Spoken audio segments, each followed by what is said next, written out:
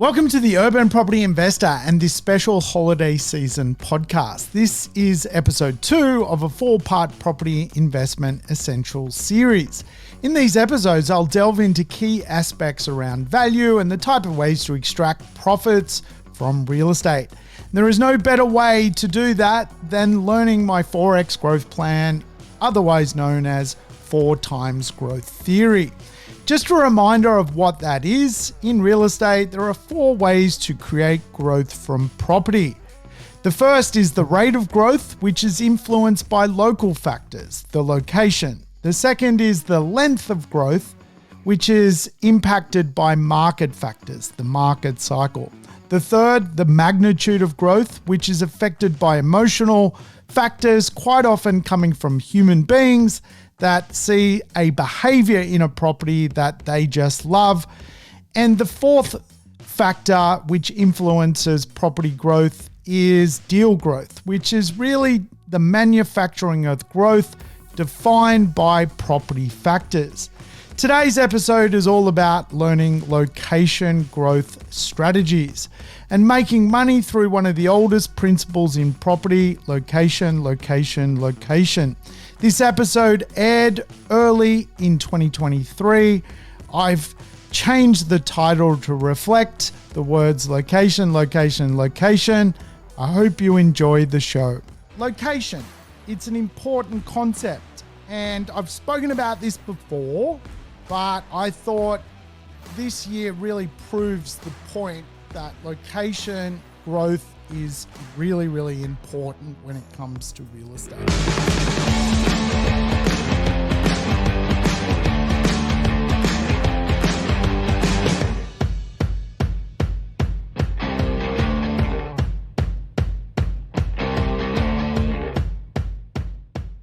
Welcome to the Urban Property Investor. I'm your host, Sam Saggers, here to help you crack the code of real estate wealth.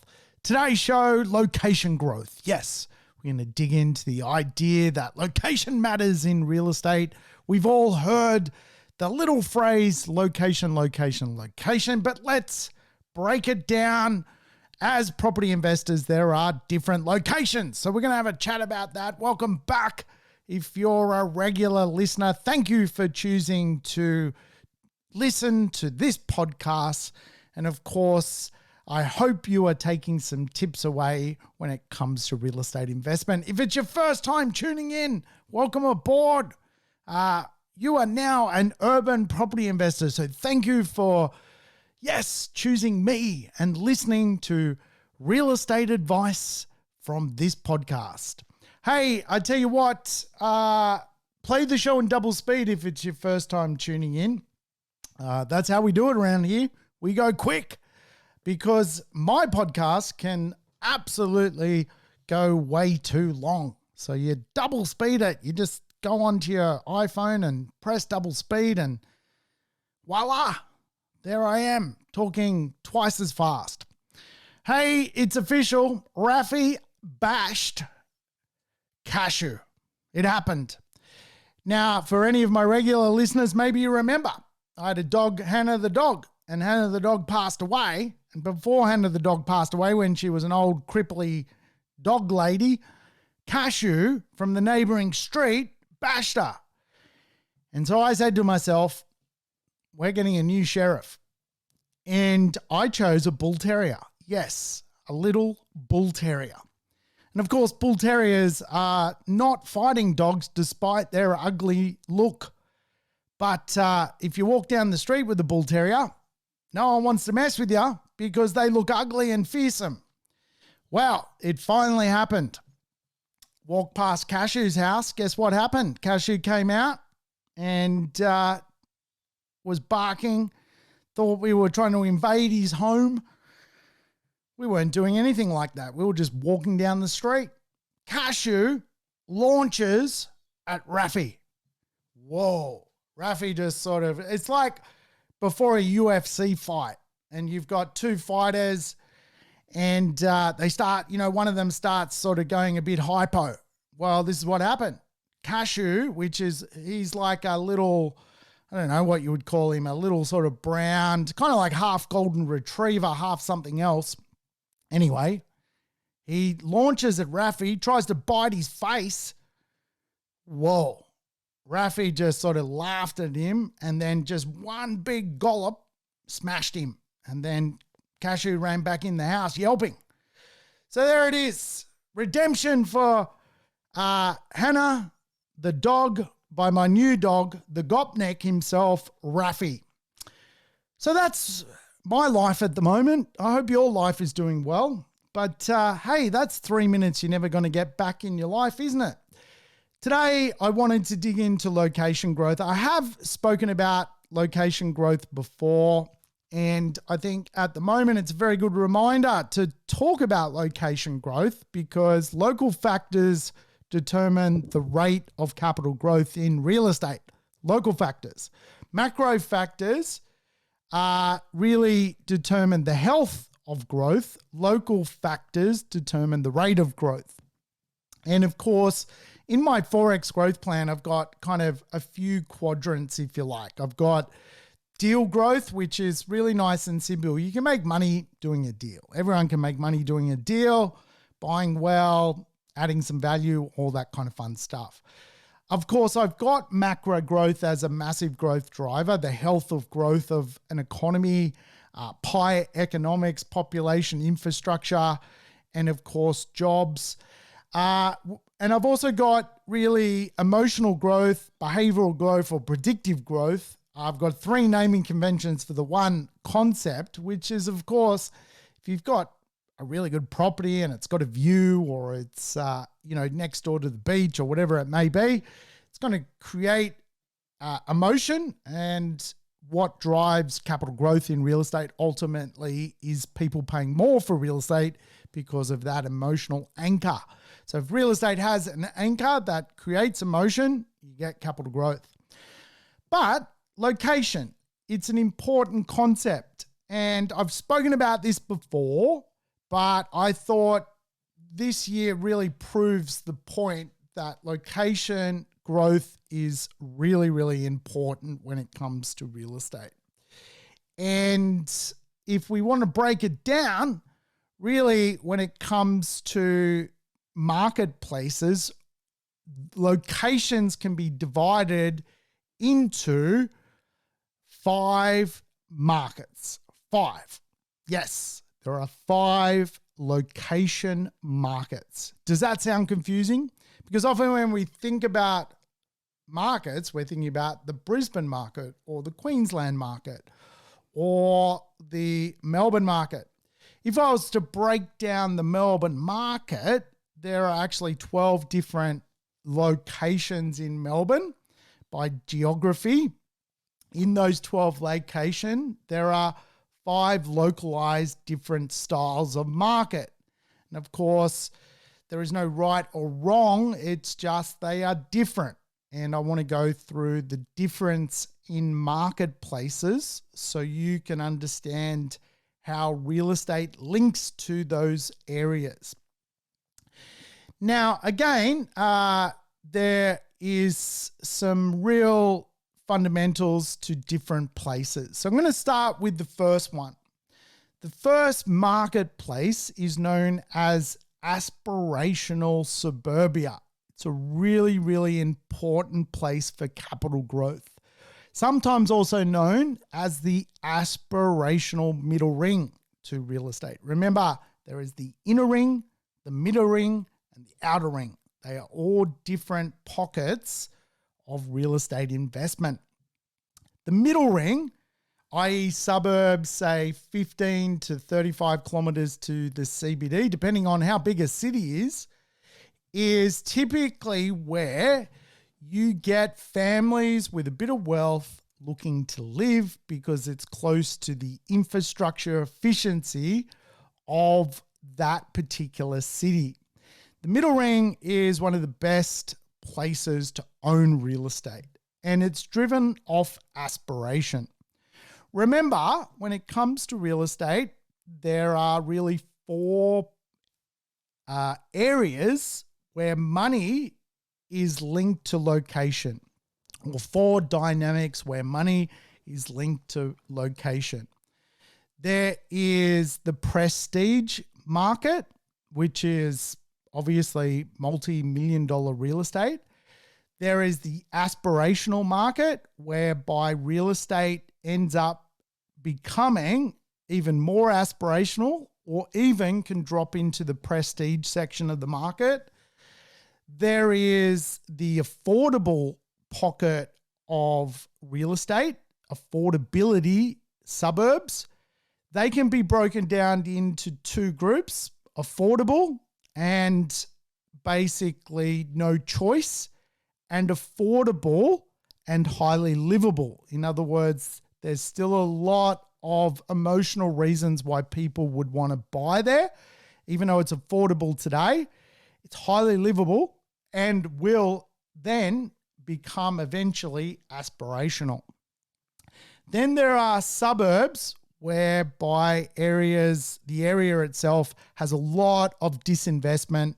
It's really the broke end of town. So if you were thinking of the Monopoly board, and I've done an episode on the Monopoly board, you're just thinking, wow, you got 4 pockets to it. You've got prestige, where Mayfair and Park Lane are. You've then got aspirational, where Trafalgar sits. Then you've got the sort of purples and oranges.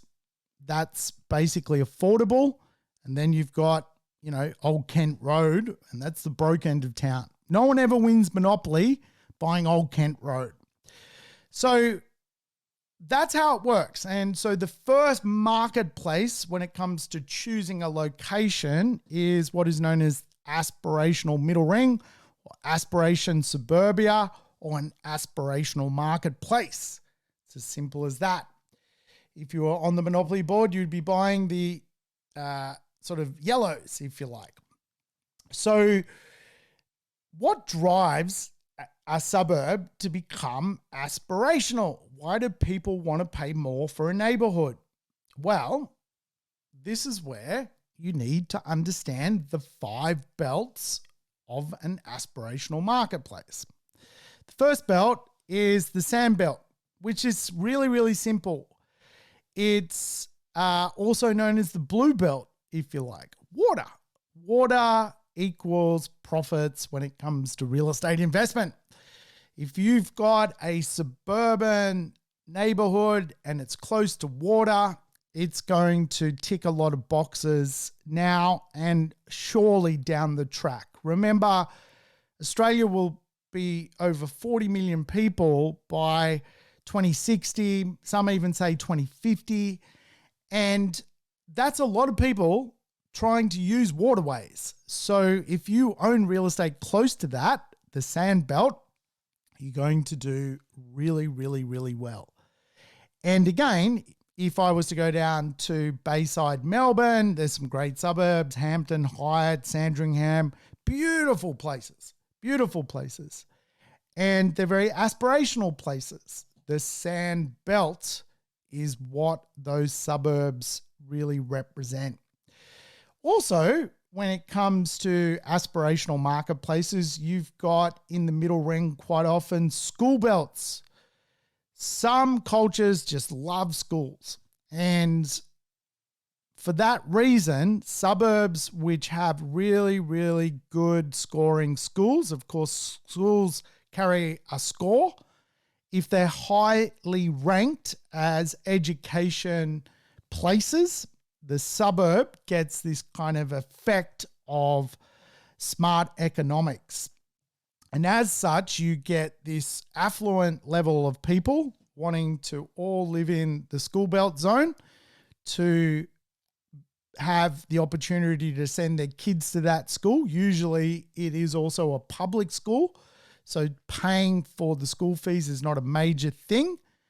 And all of a sudden you get people spending more on their properties to live closer to the schools. It also links to private schools where, of course, there is the ability for children to go to very well-to-do schools and do it comfortably. So school belts are a massive driver of aspirational suburbia, or the aspirational middle ring. The next belt is the green belt, and I've talked about this before. Green space is worth money. Parks, bushlands, these equal profits.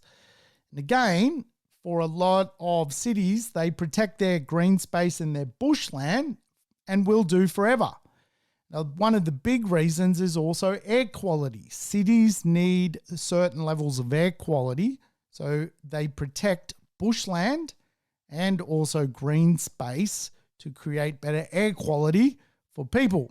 It's kind of a macro reason. At a localized level, it's just pleasant to go to the park or go for a bushwalk. And so from a real estate investment point of view, aspirational suburbia, absolute awesome place to invest. Cultural belts are also huge drivers of an aspirational marketplace. Cultural belts could include any type of culture that resonates with an area. If you think about a surf beach in a major aspirational market in Sydney, you could have Bondi or Manly. They attract the culture of people wanting to live close to that surf culture. It could be the Australian Chinese community here in Sydney, Chatswood, very aspirational place if your background is Chinese. And of course, that's how it works.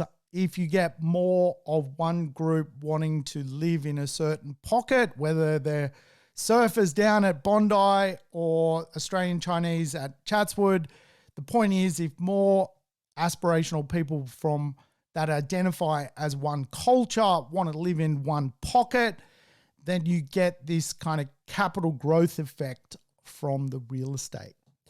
So the belts are really, really important. The final belt is education and medical. Again, education and medical in this context is universities and hospitals. For a lot of the aspirational part of the world, they want to live close to these dynamics. They want to be close to the hospital, close to the university systems, and they provide, again, this concept of aspiration. And, if you look at some of the major universities in Sydney, University of Sydney, Macquarie University, you've got them located in really what we would call aspirational suburbs. So again, that's how it works.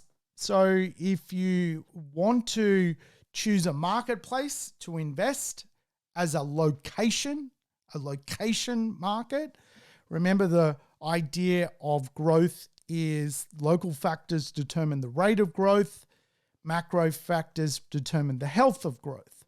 At a local level, a very good way to invest is to use the aspirational marketplaces to succeed. Now, I'm a big believer in buying in aspirational suburbs. I'm also a believer in buying in affordable and livable suburbs that will then become aspirational, i.e. the ripple effect, the next suburb effect. So certainly pockets I'm looking at the moment where they're going to be the next suburb because they've got a sand belt, they've got a green belt, they've got school belts. They are just yet to become hugely expensive. That's what we want. We want to choose a location where the local factors will determine the rate of growth. Local factors, sand belt, school belt, education, medical precincts, cultural belts, and so forth. So really, really good way to think about marketplaces. And again, like when we break down locations, this is the sport we're doing today. Because if I was to analyze, the Melbourne market, you could be looking at the prestige housing market, you could be looking at the outer land market, you could be looking at the unit market, you could be looking at the townhouse market. So it's a bit confusing. And so I always break down location first. Location determines the rate of growth. This is why it's really, really important when it comes to being a property investor to think about location, I would put it as one of the most important things you could ever do. More important than, for example, buying a property and getting a $30,000 discount or a $50,000 discount. That's maybe a good mathematical equation, but if it's in a place which sucks, which is full of disinvestment, that's never going to become aspirational, what's the point? I'd prefer to pay more for a property in a better market at a location level to get myself success from real estate. So the next location when it comes to a location growth strategy is what we would often call oligopoly marketplaces. Oligopolies. Yes, I have mentioned this before, and maybe this feels like, I don't know, you're turning back the clock and we're repeating, but I need to have this conversation because I don't know if I feel like I've done it well in the past, and I feel like this is really, really interesting information when you really break it down. And I've spent my whole life learning this and being successful as a property investor. Oligopoly markets. Now, an oligopoly is just the concept that the seller is in charge and never loses market share. If you were to think about supermarkets, and I've mentioned this before here in Australia, Coles, Woolworths, IGA, they're an oligopoly. They really do not lose market share. There's no such thing really as people going to the local supermarket. It no longer exists. Australia is not 7,000 supermarkets. It is really 3 to 4 major supermarket chains, probably including Aldi. And so the seller, the supermarket, is really the dictator of the price. Really, there is no competition to affect them when it comes to price. They have pricing power and can do what they want. Now, again, some suburbs are basically oligopolies. They have discretionary wealth within those neighborhoods. If they sell a property, they dictate the price more so than if there is there's always more people wanting to buy in those suburbs than stock ever being sold. So the seller is always in charge. And generally what happens when a suburb becomes an oligopoly, it becomes a very tightly held place. It's almost difficult to get in, and you're going to have to pay the privilege to be part of that location as a buyer. Now, again, for a lot of people, they go, well, why would I pay for the privilege to buy something? Well, once you own it, you become the master and you become the person in charge of the neighborhood and the price of real estate. So you control a very, very, very secure asset. And again, quite often we refer to many suburbs as NIMBY suburbs, where there's no development, where there's not ever going to happen in a suburb's backyard. NIMBY, not in my backyard. When you own real estate as a NIMBY, you really control the market because it's very hard for people to get into that market. And if they want to participate in that location as a market, they got to pay the piper. They got to pay the price. So you might have to pay the price to get in, but eventually that also is a reward for you because your neighbors will always be selling at a much more, dynamic price into the future because of the uniqueness of the location. It's usually limited by supply. Usually NIMBY suburbs are quite character in their look and feel. They have different properties from many years ago. There's a lot of nice architecture in those oligopoly, NIMBY-like suburbs, and they tend to do very, very well. Again, if you can afford them, great property places to invest. And today, the ratio of, in fact, looking at the apartment market in those suburbs can also warrant success if it's the right apartment or townhouse. Why? Tightly held. Very, very good marketplaces. The next location that I think is really important to consider is, if you're an investor, you could consider a monopolized market, a monopoly-based marketplace. Now, monopoly is obviously a board game, but it also is the concept that a suburb is built out and you get the monopoly effect. When land disappears, it goes up in value.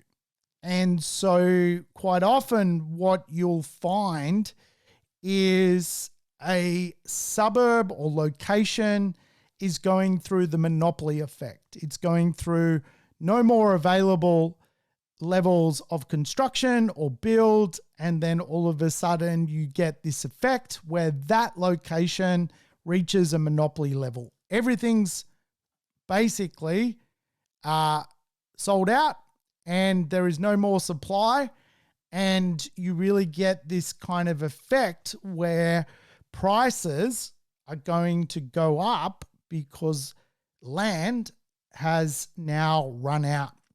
What I like looking for in real estate, and I do this a lot, is really the next place to run out of land to get the monopoly effect. And I think it's a brilliant way to make money, because once a suburb gets monopolized, it goes up in value. And whilst it's not monopolized, it's still good value. And so there's a, I guess, effect where you've got to weigh up, well, will that area be monopolized in the next year, 2 or 3, or will that area be monopolized in the next 30, 40, 50 years? It's a big difference. And again, the monopoly effect is an awesome way to make money. I love doing it in infill locations where you basically see a diminishing level of availability of land, and then it compresses and compresses, and boom, monopoly. It's all monopolized. There is nothing left. When land runs out, it goes up in value.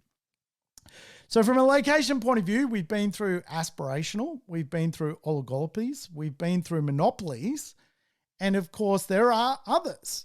Really, the opposite to a monopoly-based marketplace is what we refer to as a competition market. A competition location. The market or the local market is driven generally by price. Price is really the only differential in a competition marketplace.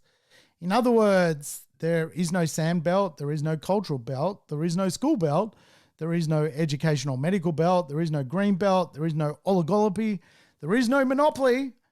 So what is left is just the good old-fashioned competition.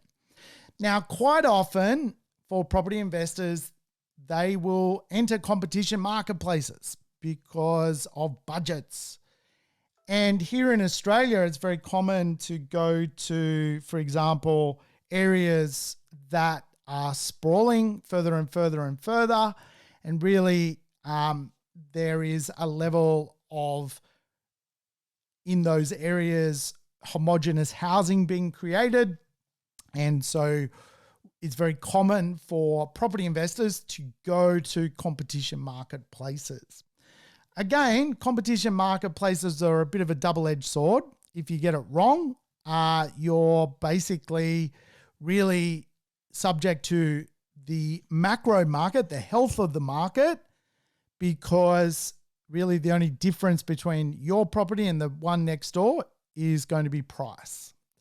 However, in competition marketplaces where price is really why people are going there, you see it driven off the back of population growth. So more people moving to those neighborhoods because of affordability. Remember, there's a difference between affordability and affordable lifestyle. So if we are going into a competition marketplace, really what we want to do is find the best lifestyle precincts in that competition marketplace to elevate ourselves above the competition. And again, really what we're trying to do is find something that's interesting to the market, that is unique, that is different, but stands out from the crowd so you're not part of the overall competition. So competition marketplaces are marketplaces where you really got to look at a local level and then at a street level and then at a property level to make sure that you're doing something that is going to rocket into the future. The practicality is a lot of property investors need to buy in competition marketplaces. There's no right or wrong. You've just got to do it right. Well, that didn't come out well, did it? There's no right or wrong. You just got to do it right. It's actually, yes, there is a wrong, and yes, there is a right, and you want to do it right. You don't want to do it wrong. That sounds better, I think. I don't know. That came out all weird. But of course, like some of the best ways to think about buying in a competition market is community. If you are going to a new area where competition is rife, there's tons of houses being built, you want a really good localized community. You actually want to take the concept of a monopoly and put it into the competition marketplaces, or the concept of aspiration and put it into that competition marketplace. So again, like aspirational markets can be, for example, with a sand belt, with a beach, you know, the house price is going to be well over probably $1.5 million, probably closer to 3. So for many property investors, that's not a solution to their problem becoming an investor. So what you do is you go to competition marketplaces and then you take the approach of what has worked in other locations. In other locations, buying in the neighborhood that's being built out next has worked. So I'm going to do that in this competition marketplace. I'm going to make the best analysis of what next for that area. And again, it's just the way, obviously, real estate works from a location point of view. Population growth corridors, you may look at a competition marketplace and go, well, this one's the next to fill out and fill up with people. So it is closer to the monopoly effect than, for example, the next subdivision 5 kilometers down the road, which is going to take 25 years to fill up. So that is the concept, all right? And so it's a very good concept to understand. We want to be closer to monopoly than further away if we can afford it in our budget. And the final location marketplace, if you like, is what we would refer to as emerging marketplaces driven by gentrification or gentrification markets.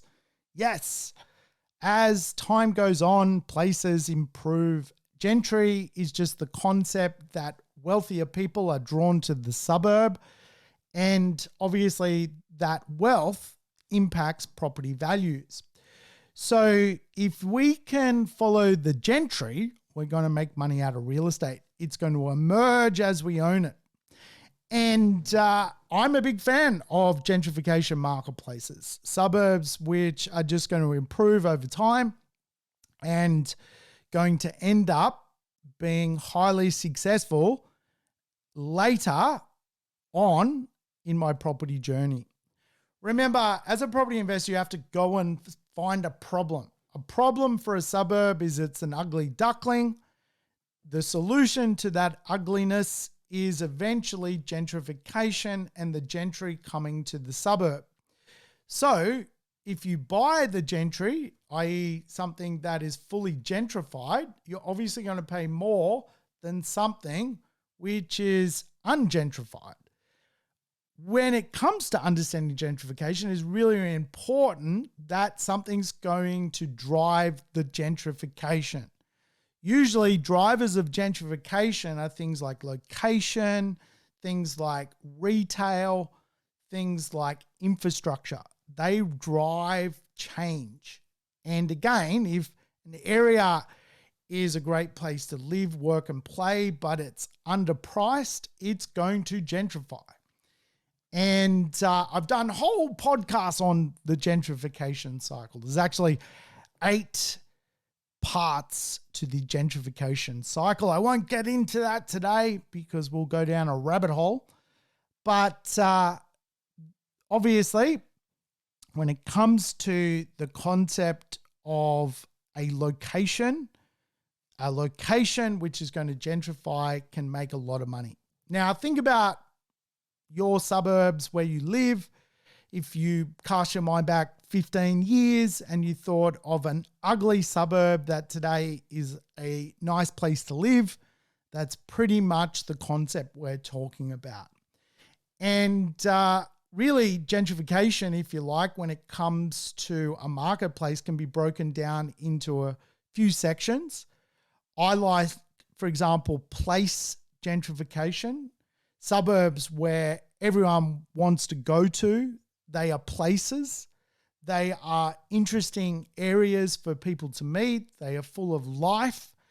And when you think about how a city works, there are so many different suburbs, but only a few suburbs are actually places, and places attract people. In Melbourne, you could say Fitzroy and Collingwood are place suburbs. They are gentrifying because of they are the place to go to. There are others that are emerging as the next Collingwood and Fitzroy. There are others in Brisbane emerging as the next New Farm. Others in Sydney emerging as the next Surrey Hills.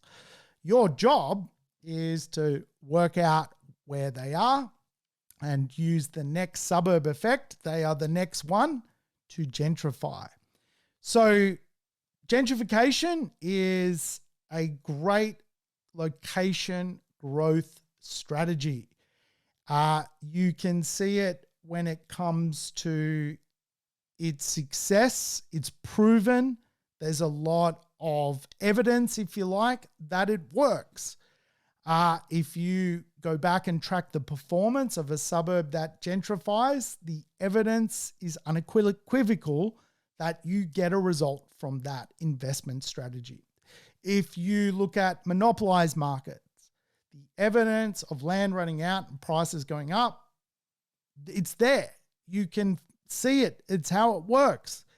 If you go to oligopoly markets, you can see that they are the price they are because every 10 years, someone has got a shit ton more money and is prepared to pay for the best real estate in town.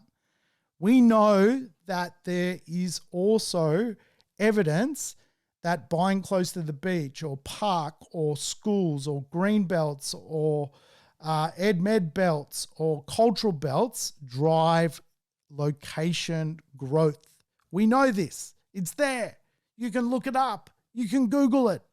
It's as simple as that. And of course, in competition markets, which for many people they have to invest in, you use the principle of the other 4. I'm going to a competition market and I'm going to look for the next suburb to gentrify. I'm going to go to a competition market.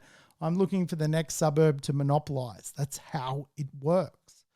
So again, from a location point of view, you can break down the market. It's very important. Obviously, the caveat to what I'm talking about is real estate is very much a localized concept. And when we talk about it being a localized concept, it's very, very critical because at the end of the day, a local person needs to like the street and the property, a local person, not an interstate investor, not a investor, a local person. You're buying a property and someday someone has to pay more than you have paid for that real estate. How is that going to happen? Well, it's usually going to happen from two metrics, the supply side and the demand side. The supply side is fairly simple. When land runs out, it goes up in value. And of course, this pertains to even, for example, apartments and townhouses. Land runs out and certain areas have restrictions on what townhouses and apartments can go into that land. Then, of course, the supply of existing stock and any stock that can be squeezed into that system goes up in value. So that's the supply side. The demand side is the monopoly board. People are trying to make more in this world, not necessarily make less in this world. And as we know, Australia's got a hungry population looking to come and live here. So we get the population effect of people always looking to grow. When people come and they want to grow, they love, for example, affordable and aspirational areas. They love to buy in those pockets. And so we know that there's always a higher level of people to come and buy those properties. As areas become more interesting to the marketplace or harder to get into, it's almost a effect where people clamor over the top of each other to get into those neighborhoods. They've got the best schools, they've got the best transport, best green space, best beaches, they have the best heritage. All of a sudden, you get this constant growth. And what we want from real estate is not one cycle worth of growth or a fad. We don't want just to make a few bob and then it all end. We want constant levels of performance and cycle after cycle after cycle. We want our real estate to be interesting to the market, not just the day we buy, but also into the many cycles we travel through. We can do this through controlling the location narrative. Anyway, I hope that has helped you understand the location dynamics out there. I have mentioned this before. If it feels like a repeat, I apologize. But I really wanted to have the conversation today. I don't know, I just woke up with this urge. We've got to go to locations because I guess I'm seeing it off the back of the rental sort of booms at the moment, if you like. Is this a rental boom? It's crazy out there. I'm seeing like oligopoly markets, like the rents are just through the roof. Markets where they have reached monopolized state, the rents are just growing and growing and growing. So I guess I'm like super, super fascinated with the results of this stuff, and results matter. And the results are happening, you know, in these locations, which I've certainly identified and broken down.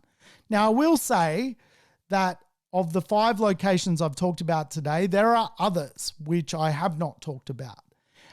Areas where you would not go, the wrong side of the tracks, the broken suburb, the neighborhood effect location.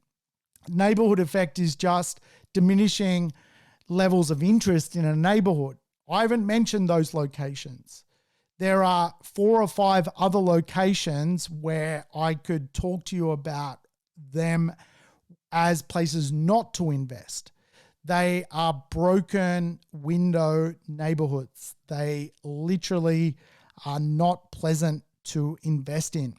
From a location growth point of view, if you stick to my 5 and with competition markets really narrow it down, you're going to be home and host. If you go to a dying town, a dying suburb, a neighborhood effect suburb where the location is diminishing in value because its appeal is being broken, then you're going to run into trouble when it comes to real estate investment. And there are plenty of lower, really just broken socioeconomic locations where everyone's broke and they live there because they are what I call a no-choice location, So it's very, very critical that you play the game, and hopefully I've given you a reminder. Today is a reminder. Yes, sometimes I, want to give you fresh content, but then I think, you know what? We should just remind people that sometimes understanding locations is critical to the game of property investment. You don't want to be the person that woke up 20 years from now owning real estate in a location that has done nothing or gone backwards over time. And of course, there are Ponzi locations which are driven really by no reason other than retirees just going there. That's the location. They're a retirement zone. Young people don't want to live there, but old people need to fall asleep and pass away in those suburbs or towns. Dying locations, Ponzi locations, the neighborhood effect locations, broken window locations. Geez, man, you go to those neighborhoods and there's always one house which has just recently been burnt down. I wouldn't suggest going there. They are broken. So buying real estate is important. And, I said this the other day, cheap is not a formula of economics. It's not. You want to control the supply side and the demand side, not just buy something because it's in your budget in a weird place, weird locations, like weirdo. We don't want these places in our portfolio. We want really mission fit, healthy locations, aspirational suburbs, oligopoly suburbs, monopoly suburbs, emerging gentrification cycle suburbs, and competition suburbs with the right elements where we're nabbing a bargain and it's going to change before our eyes. All right, folks, that's it from me today. Thanks for tuning in to the Urban Property Investor. Rate the show, put a little review. We need reviews. And if you're keen to dig deeper into this topic and explore the world of property investment in Australia, don't miss our up-and-coming property investment webinars. Click the link below to explore our exciting 2024 lineup, where you'll discover how you can kickstart your property journey and supercharge your property portfolio.